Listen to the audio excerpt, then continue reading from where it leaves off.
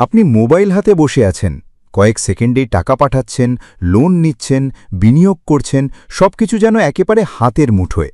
কিন্তু কখনো কি ভেবে দেখেছেন এই অর্থায়ন ব্যবস্থা, যেটা আজ এত সহজ আর দ্রুত, সেটা কিভাবে এখানে এসে পৌঁছল? একসময় কিন্তু ব্যাংকও ছিল না, শেয়ার বাজার ছিল না, এমনকি ফাইন্যান্স বলে আলাদা কোনো বিষয়ই ছিল না। মানুষ শুধু বিনিময় করত। ধীরে ধীরে তৈরি হলো মুদ্রা, তারপর ব্যাংক, তারপর আধুনিক অর্থনীতি। আর এই পুরো যাত্রাটা শত বছরের এক অবিশ্বাস্য গল্প। আজ আমরা সেই গল্পটাই শুনব, একদম শুরু থেকে, ধাপে ধাপে, যেন আপনি নিজেই সময়ের ভেতর দিয়ে হাঁটছেন। ১৯৩০ সালের আগের সময়টা ছিল মূলত ঐতিহ্যবাহী অর্থায়নের যুগ। তখন অর্থায়ন মানে ছিল খুবই সরল কিছু কাজ, যেমন টাকা ধার দেওয়া, সুদ নেওয়া আর ব্যবসার জন্য পুঁজি জোগাড় করা। ব্যাংক ছিল, কিন্তু খুব সীমিত আকারে। তখনকার অর্থনীতি ছিল শিল্প বিপ্লবের প্রভাবে বদলানো এক পৃথিবী, যেখানে কারখানা গড়ে উঠছে, ব্যবসা বাড়ছে, কিন্তু অর্থায়নের পদ্ধতি এখনও আধুনিক হয়নি। বড় ব্যবসাগুলো মূলত ধনী ব্যক্তিদের কাছ থেকে বা পারিবারিক পুঁজি থেকে চালানো হতো। শেয়ার বাজার থাকলেও সেটা আজকের মতো জটিল বা সংগঠিত ছিল না। অর্থায়নের মূল লক্ষ্য ছিল শুধু টিকে থাকা।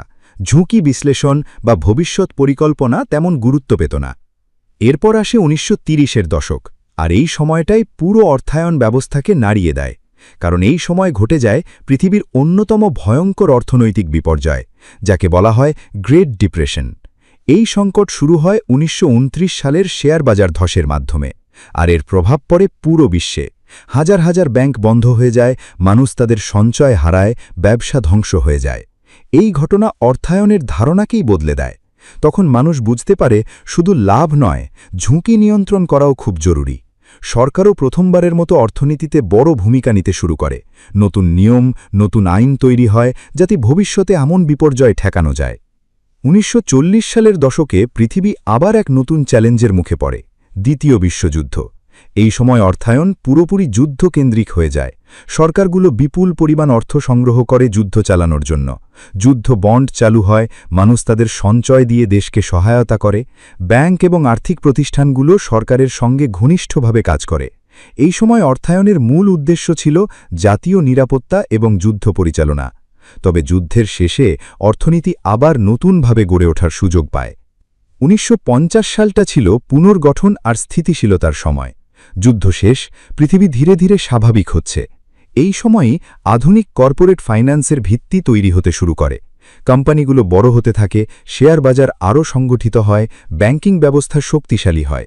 মানুষ সঞ্চয়ের গুরুত্ব বুঝতে শুরু করে। বীমা এবং বিনিয়োগ জনপ্রিয় হতে থাকে। অর্থায়ন এখন শুধু টিকে থাকার বিষয় নয়, বরং উন্নয়ন আর বৃদ্ধির হাতিয়ার হয়ে ওঠে। ১৯৬০-এর দশকে অর্থায়নে আসে বৈজ্ঞানিক দৃষ্টিভঙ্গি। এই সময় গবেষকরা অর্থনীতিকে গাণিতিকভাবে বিশ্লেষণ করতে শুরু করেন। ঝুঁকি এবং রিটার্নের সম্পর্ক নিয়ে কাজ হয়। পোর্টফোলিও থিওরি আসে, যেখানে বলা হয় কিভাবে বিভিন্ন বিনিয়োগ একসাথে করে ঝুঁকি কমানো যায়। অর্থায়ন এখন শুধু অভিজ্ঞতার উপর নির্ভর না করে তথ্য আর বিশ্লেষণের উপর দাঁড়াতে শুরু করে। এটা ছিল এক বড় পরিবর্তন, যা ভবিষ্যতের সব অর্থনৈতিক ডিসিশনের ভিত্তি তৈরি করে। ১৯৭০-এর দশক ছিল চ্যালেঞ্জ আর পরিবর্তনের সময়। এই সময় বিশ্ব অর্থনীতি তেলের সংকটের মুখে পড়ে, মুদ্রাস্ফীতি বেড়ে যায়, অর্থনীতি অস্থির হয়ে ওঠে। এই পরিস্থিতি অর্থায়নে নতুন নতুন ধারণার জন্ম দেয়। ডেরিভেটিভস, অপশন, ফিউচার্সের মতো জটিল আর্থিক উপকরণ তৈরি হয়, যাতে ঝুঁকি নিয়ন্ত্রণ করা যায়। একই সাথে আন্তর্জাতিক অর্থায়নও বাড়তে থাকে। দেশগুলোর মধ্যে অর্থনৈতিক সম্পর্ক আরও গভীর হয়।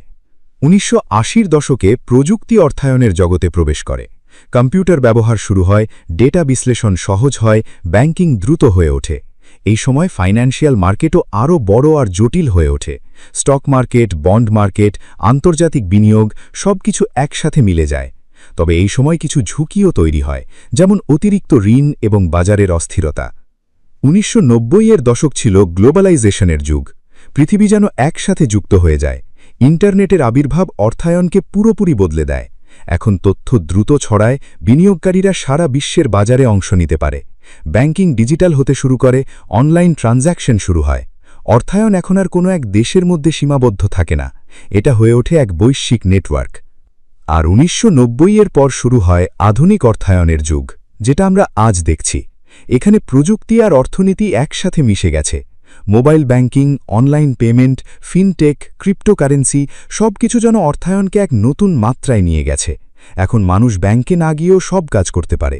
কৃত্রিম বুদ্ধিমত্তা দিয়ে ঝুঁকি বিশ্লেষণ হয়, বড় বড় ডেটা ব্যবহার করে সিদ্ধান্ত নেওয়া হয়। অর্থায়ন এখন শুধু অর্থের লেনদেন নয়, এটা হয়ে উঠেছে এক জটিল, স্মার্ট আর দ্রুতগতি ব্যবস্থা।